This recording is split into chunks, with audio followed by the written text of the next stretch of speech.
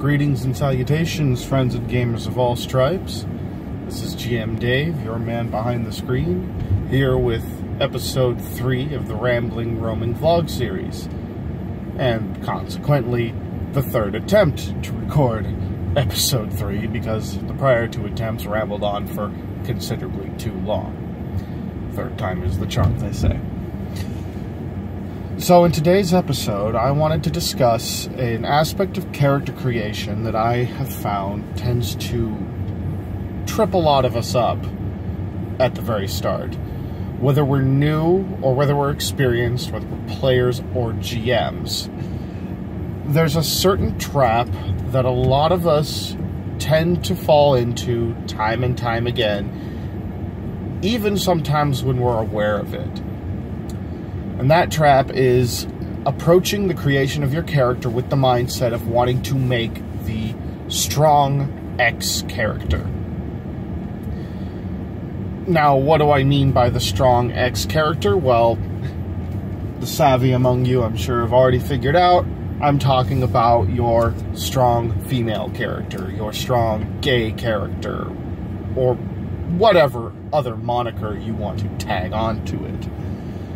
The strong X character is, or rather approaching character creation with the idea of making the strong X character is approaching your character creation process with the goal at the start of making your character seem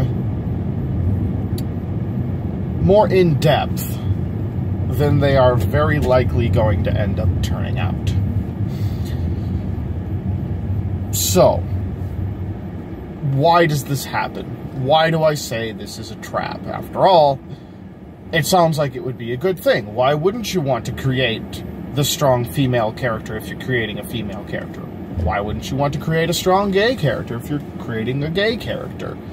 Well, you absolutely would. The problem is that approaching this process with the idea of making the strong female character, and that is the example I am going to use to the rest of it, but bear in mind that this is going to be this is an argument that applies universally across all character types. Doesn't matter if you're making a female or a male, if you're making a trans, gay, straight, whatever it's going to be. You can apply it to their race, you can apply it to their faith, you can apply it to their gender, you can apply it to their sexuality, you can apply it to just about any facet of your character creation process. If you're approaching character creation with the mindset at the outset of creating the strong X character, what you are unintentionally doing is actually limiting the options that you are going to have with that character. Because from the outset, you are not looking at that character as a fully realized person. Or at least you most likely aren't. There have always been exceptions to the rule, and in this case, it's no different.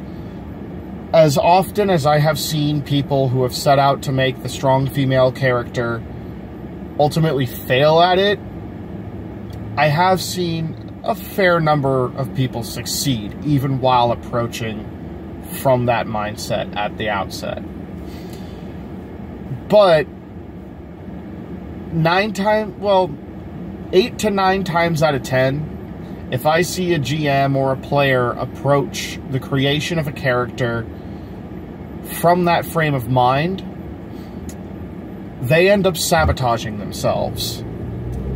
And they end up doing so because by approaching this from this very single-sided angle, by approaching this with the mindset of wanting to reduce the complex idea of what constitutes a fully realized, interesting character into, oh, they're a strong female, they're a strong gay, or what have you.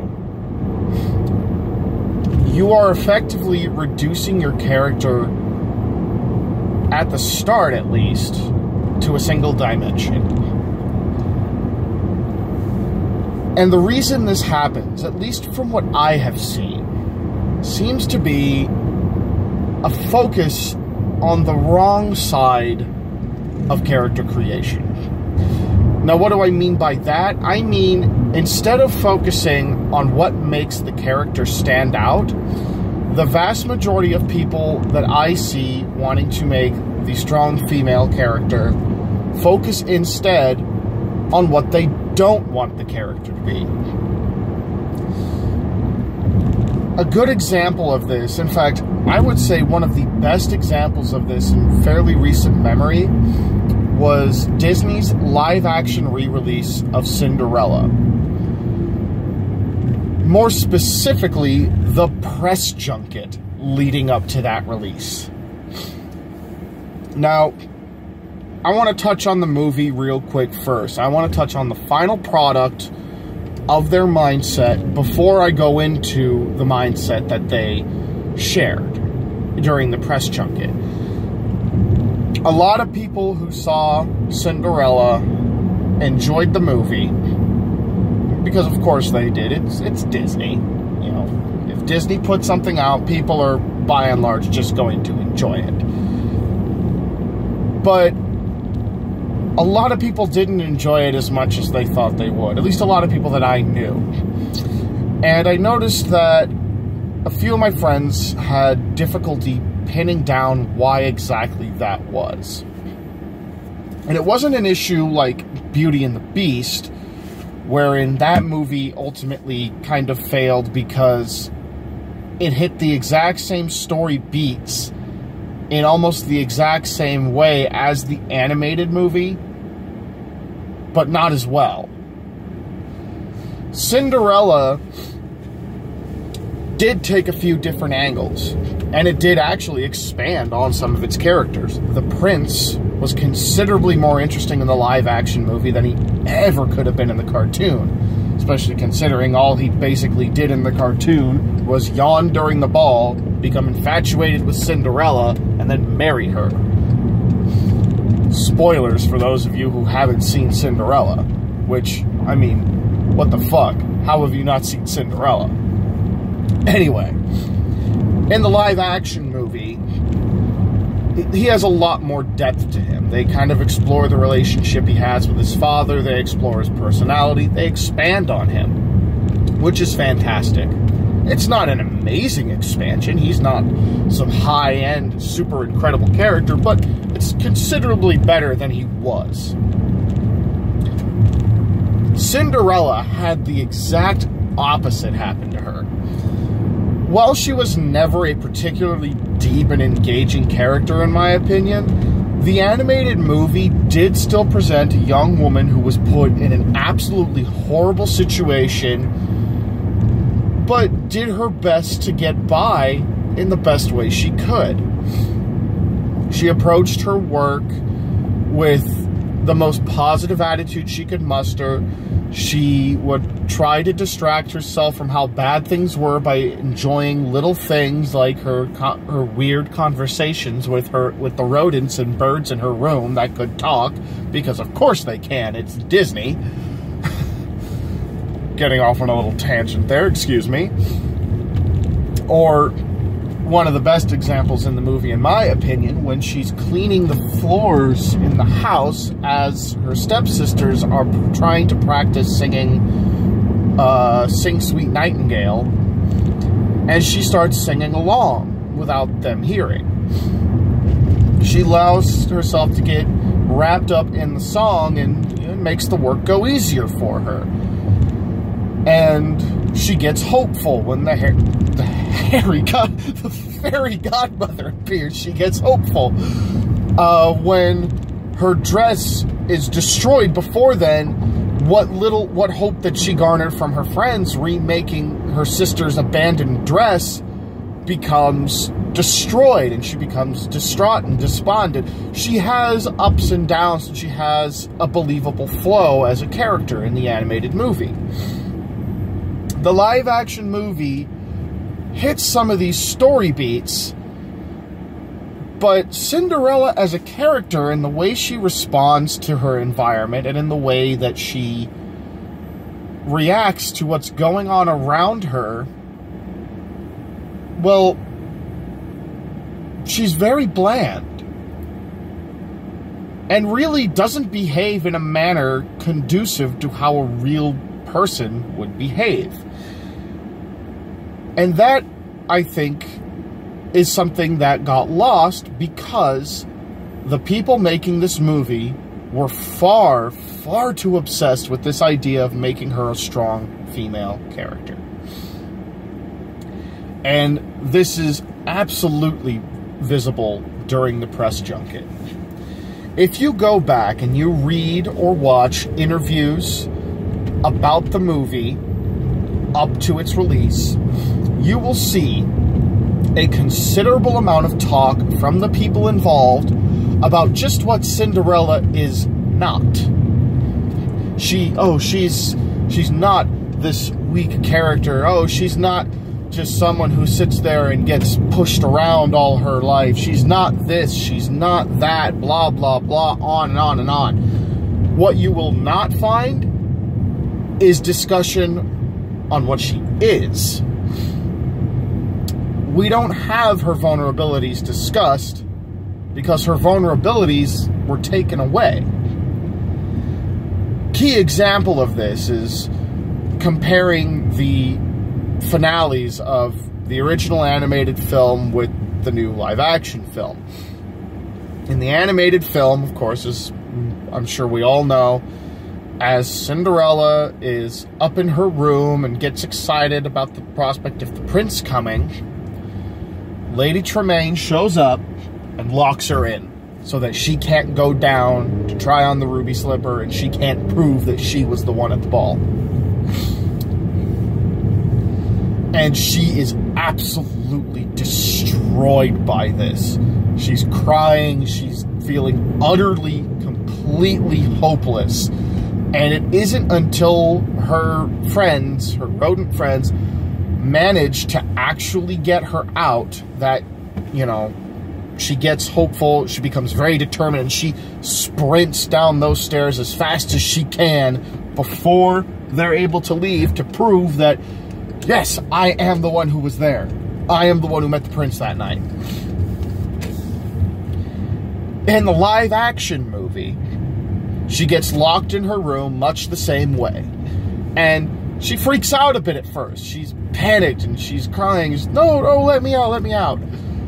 But as the fitting of the slippers is going on with her stepsisters, and as her little rodent friends are working to try and save her, Cinderella isn't crying and feeling lost and hopeless like she is in the animated movie. She doesn't get that moment of weakness that leads into a moment of triumph.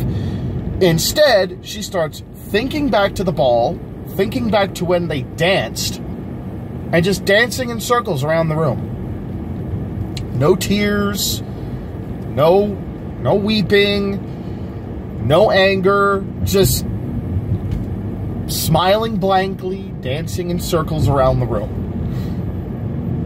It is a response that makes absolutely no sense. And furthermore, it is a response that completely undermines that moment of triumph at the end of the movie of her overcoming the adversity that her family put in front of her because she was not allowed to feel it. She was not allowed to actually experience that adversity, and so we were not allowed to experience her adversity. We were denied that strong moment of character where, in her lowest moments, her friends managed to help her, and she in turn helps them too, because if I remember correctly, during that time, the cat, Diablo, is after them, and she manages to get the cat away from the mice, and, well, basically, in Disney's fucked up way, I swear Disney must have hated cats, basically gets it killed by the dog, Bruno. I think the dog's name was Bruno, anyway. But yeah, she has a moment of triumph. She has moments of triumph and moments of weakness throughout the animated movie. In the live-action movie, she doesn't have this. Why? Because the writers would not allow her to be weak. And a strong character needs moments of weakness to highlight their moments of strength. They need those moments of weakness so that they can grow. They need flaws so that they can strive to become better people. They don't need to actually become better people to be strong, but the possibility needs to be there. Tony Stark in the original Iron Man movie is a good example of this specific aspect I'm talking about. At the end of the original Iron Man, Tony is left with a choice. He can either keep the secret of Iron Man and act sort of as the city's secret protector, showing a bit of restraint and maturity, or he can reveal it and get everyone all excited about, oh my god, Tony Stark is Iron Man! The possibility of personal growth is left on the table for him in that moment. The possibility of then and there becoming a stronger, better person is available to him. But he doesn't take it. He reveals that he's Iron Man. And he revels kind of in the press fervor and the excitement of it all. He puts himself, his business, and his friends, mainly Pepper Potts, at risk by doing this, because he is not fully matured yet. But that does not mean that he was a weak character in that moment. That was actually a very strong character moment because he was left with the choice. He had the option to make that choice. But because in that story, he wasn't ready yet. He wasn't ready to really become the strong character. The stronger character that he becomes in the later movies. He didn't take it. Cinderella in the live-action Disney movies is denied all of this. And oftentimes, at our tables, the characters that we create, while in the mindset of wanting to create the strong X character, get denied this as well. Because we end up having, oftentimes, more often than not, in my own experiences, having ourselves put into that same focus that the writers behind the live-action Cinderella were when they approached the movie from the outset of wanting to make her a strong female character. They limited their scope. We limit our scope when we do that too. Now, we don't always do that. Like I said, I've seen it happen about 8 or 9 times out of 10, but there have been plenty of times where I have seen people approach character creation from that mindset and not fall into the trap.